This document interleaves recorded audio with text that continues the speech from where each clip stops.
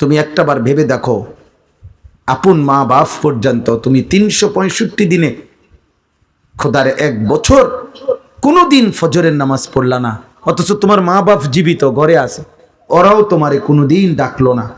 আহা, এভাবে প্রতিটা ভোর তোমার জীবন থেকে সেজদা ছাড়া চলে যায়। অথচ কিতাবের মধ্যে আছে সকালবেলার কুত্তা আল্লাহর কাছে বলে, মাওলা এই চোখে যেন আমি প্রথম কোনো বেনামাজিকে না দেখি। আহ, তোর মতো নাফরমান কুত্তাও দেখতে চায় না, তোরে কুত্তা ঘৃণা করে। কুত্তা কার জন্য সাজলি বেটা? কি এর পাউডার লাগাইছো, কিসের চুলের ফ্যাশন করছো? কে দেখে তোমাদের এই চুল চেহারা? তোমার সমবয়সী কিছু অসৎ বন্ধু ছাড়া, তোমার সময় না তোমার লগে ঘুরে গাড়ে এরকম কিছু ফালতু ছেলে ছাড়া তোমার চুল চেহারার প্রশংসা কোনো ভদ্রলোক, কোনো ইমানদার জীবনে করছিনি? তোমার বিবেক থাকলে কও। একটা ছেলে বলো পৃথিবীর কোন সভ্য মানুষ, ভদ্র মানুষ, যে বাবা তোমার এই চুল দেখে মনে হইতেছে তুমি একটা নেককার ছেলে, তোমার চেহারা দেখে মনে হইতেছে তুমি একটা ভালো বংশের ছেলে, তাইলে তোমার এই অসৎ চেহারা তো তুমি তোমার বাপকে অপমান করলা। কিরে তুই কোন ঘরের পুত্রে, তোরদের দেখতে ফুটটা ঘরের মতো লাগে? তাইলে এই কথা যদি বলে তো তুই কাকে অপমান করলি? বাপ নিজে তো অপমান হলি, তোমার বাপকেও তো অপমান করল, তুমি তো তোমার বংশকে অপমান করলা। কোন বিবেকবান তো তার ইজ্জত নষ্ট করে না, সম্ভ্রম নষ্ট করে না। আত্মমর্যাদা আত্মসম্মান যারা আছে সে প্রয়োজনে ধুকে ধুকে মরে যায়, সে প্রয়োজনে অনাহারে মরে যায়, কারো কাছে হাত পাতে না। এটা হলো গায়রত, আত্মসম্মান,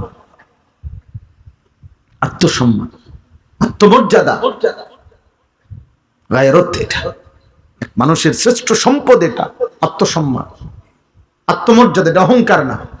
অহংকার তো হলো বড়াই করা। আমার ইমান, আমি মুসলিম। কাফের বেঈমানেরটা যত সুন্দর লাগুক ওদের কাছে সুন্দর। আল্লাহ কোরআনে বলছেন ইন্নামাল মুশরিকুনা নাজাস, সমস্ত মুশরিক নাপাক।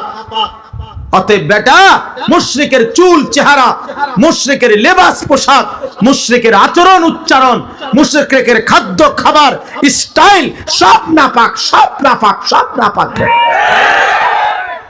স্টাইল দেখাস বেটা, তুই কোথায় পড়ালেখা করছস বেটা? আহাম্মক, কোন বেঈমানের মতো চুল রাখছস বেটা? কি পড়ালেখা করলি বেটা? কি ঘোড়ার ঘাস পড়লি? কলেজে তো আমরাও পড়ছি বেটা। আমি তো কুমিল্লা ভিক্টোরিয়া কলেজের ছাত্র, আমি তো কুমিল্লা ভিক্টোরিয়া কলেজ থেকে মাস্টার্স পাস করছি। সার্টিফিকেট দেখবা, চলো আমার লগে। আত্মসম্মান থাকবে না? আমি মুসলমান, আমার বাবা মুসলমান, আমার চুল কেন হবে বেঈমানের মতো? আমি ইমানদারের ঘরে জন্ম নিছি, আমি কেন পেশাব করে পানি নেব না?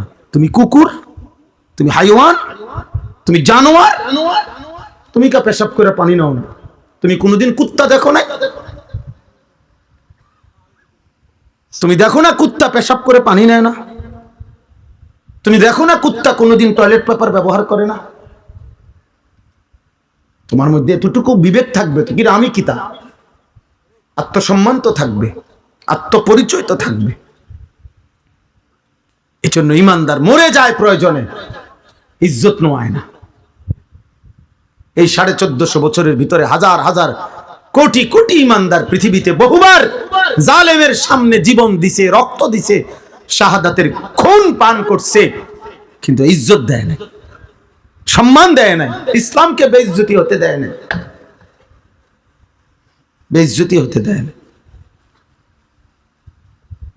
এক সাহাবী হযরত আব্দুল্লাহ ইবনে হুযাফা আস-সাহমি রাদিয়াল্লাহু তাআলা আনহু, যুদ্ধের ময়দানে সাহাবী বন্দী হইছেন খ্রিস্টান বাহিনীর হাতে। খ্রিস্টান সেনাপতি বহু চেষ্টা করছে ওনাকে ইসলাম থেকে ফিরাইতে, কোনোভাবেই যখন তিনি রাজি হন নাই, সর্বশেষ খ্রিস্টান সেনাপতি বলছে উত্তপ্ত তেল কড়াইয়ায় গরম করো, আর ওরে উত্তপ্ত কড়াইয়ার তেলে ফেলে ভুনা করে ফেলো। যখন ওনাকে উত্তপ্ত তেলের কড়াইয়ার সামনে আনছে, উনি তখন কাঁদতেছিলেন। সেনাপতি তখন ডাক দিয়ে বলছে, কিরে বেটা এখন কাঁদিস কেন? আমি না তোকে বলছি আমাদের খ্রিস্টান ধর্ম গ্রহণ কর, এখন আবার মৃত্যুর সময় কাঁদো কেন? তখন ওই সাহাবী বলছে, বেঈমান, আমি আল্লাহর কসম করে বলছি আমি মৃত্যুর ভয়ে কাঁদি না, বরং আমি আমার আল্লাহর কাছে কান্দে কান্দে বলতেছিলাম দিলে দিলে, মাওলা আপনি তো আমারে কেবল একটা জীবন দিছেন, এজন্য একটাই এখন শহীদ হব। আপনি যদি আমার 100 বার হায়াত দিতেন আর আমি যদি 100 বার আপনার রাস্তায় শহীদ হইতে পারতাম। ওই সেনাপতি তখন ছেড়ে দিছে ওনারে, বলছে হায় হায়, মৃত্যু যাদের এতটা প্রিয় তারা তো মৃত্যু দিয়া কষ্ট দেওয়া হইল না, তাইলে আনন্দ না দেওয়া হইল, ছেড়ে দিছে। তখন হযরত ওমর রাদিয়াল্লাহু তাআলা আনহু যখন তিনি মদিনায় ফিরে আসছেন, এই সাহাবী হযরত ওমর রাদিয়াল্লাহু তাআলা আনহু বলছেন সমস্ত সাহাবীদেরকে যে লাইন ধরো, সব লাইন ধরো। লাইন ধরে বলছে, সর্বপ্রথম আমি ওমর খলিফাতুল মুসলিমিন তার কপালে চুমা দেব, আর তোমরা ভাই সিরিয়াল সবাই মুহাম্মদ আরবির এই সৈনিক এই সাহাবীকে তোমরা সবাই কপালে চুমা দিবা। আত্মসম্মান শিখো বাপ, বেঈমান তোমা করে পচায় লাইছে। একটা সামান্য ডুগডুগির মতো একটা বান্দররে যেমনে নাচায়, আহারে বাপ তুম করে এমনি নাচাইতে আছে। যখন যেই ডিজাইন কয় বেঈমানে তোমার কাছে ওইটাই পছন্দ হয়, তো তোমার বান্দরের চাইতে নিকৃষ্ট বানায় লাইছে। বান্দরও তো এত নাচা নাচে না। তোমরা দুশ্মনের কাছে যে পরিমাণ হেরে গেল, নাচে নাচা শুরু করলা। কতবার বদলাইছো ছেলেরা বাবা বলো? আজকে 1 বছর 2 বছরে কয়বার চুলের ডিজাইন বদলাইছো? কতগুলো জামা বদলাইলা, কত ডিজাইনের প্যান্ট বদলাইলা? কই আমরা তো আলহামদুলিল্লাহ বুঝ হওয়ার পর থেকে আমরা মাদ্রাসাওয়ালারা আলহামদুলিল্লাহ আর কোনদিন এই জামা পোশাক টুপি এই দাড়ি টুপি বদলাইনি। আমরা বিশ্বাস করি কলিজা দিয়া যে এই টুপি এই দাড়ি এই চুল চেহারা এই লেবাস পোশাকের সাথে আমার নবী সাল্লাল্লাহু আলাইহি সাল্লাম সাহাবায়ে কেরামের সম্পর্ক আছে, আমার সনদ আছে। আমাদের সমস্ত পাঞ্জাবি টুপি লুঙ্গির সনদ আছে যে নবীজি সাল্লাল্লাহু আলাইহি সাল্লাম এগুলো পরতেন, সাহাবারা পরতেন।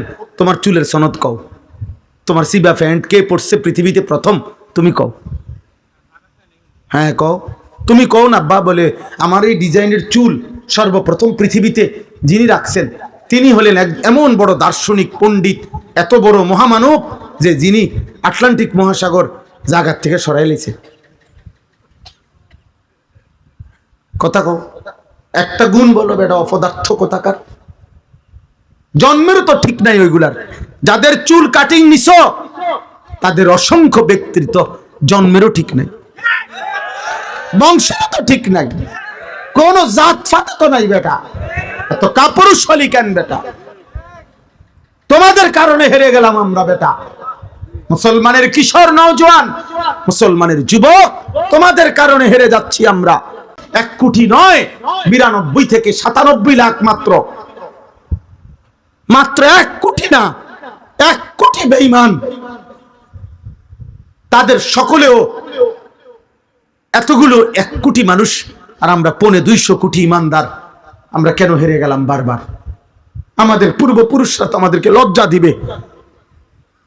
এই বাবা, আমাদের যে 14 বছরের সাহাবী যুদ্ধের ময়দানে শহীদ হয়েছিলেন, 15 বছরের সাহাবী শহীদ হয়েছিলেন, ওরা তো হাসরের দিন তোমাদের লজ্জা দিবে, বলবে হে নওজোয়ান, আমি তো এই বয়সে আল্লাহর জন্য জান দিছিলাম, তুমি কেমনে নারীর পিছনে জীবন শেষ করে দিলা? কি মনে হয় সেই বদরের যুদ্ধের ওই 2 কিশোর মাআজ এবং মুআওয়িজ, যে 2 কিশোর আবু জেহেলকে হত্যা করছে, ও তোমার সামনে দাঁড়াইয়া বলবে না যে আমি তো মাত্র 15 বছর বয়সে নবীর শ্রেষ্ঠ দুশমন আবু জেহেলকে হত্যা করেছিলাম, তুই কি করলি মুসলমান? তুমি কি করলা? বলো না তোমরা কি করছো? তোমাদের বাপ কিছু বলে না, ঠিক আছে বুঝলাম, কিন্তু তোমার আল্লাহ কিছু বলবে না? আজ হয়তো তোমার মা কিছু পারতেছে না, তোমার চুল দেখা, চেহারা দেখা, তোমার বিকট চেহারা দেখা, অসভ্য বন্ধুদের আড্ডায় তুমি এমন গাদ্দার, তোমার মা তোমারে ভয় পায়। তোমার মা দেখে মনে হয় তার যেই চেহারা, তারে কুন্ডা করলে জানি কি করে না করে, যা বাদ দে ফিসা দিয়া ফির। আহারে লানত রে।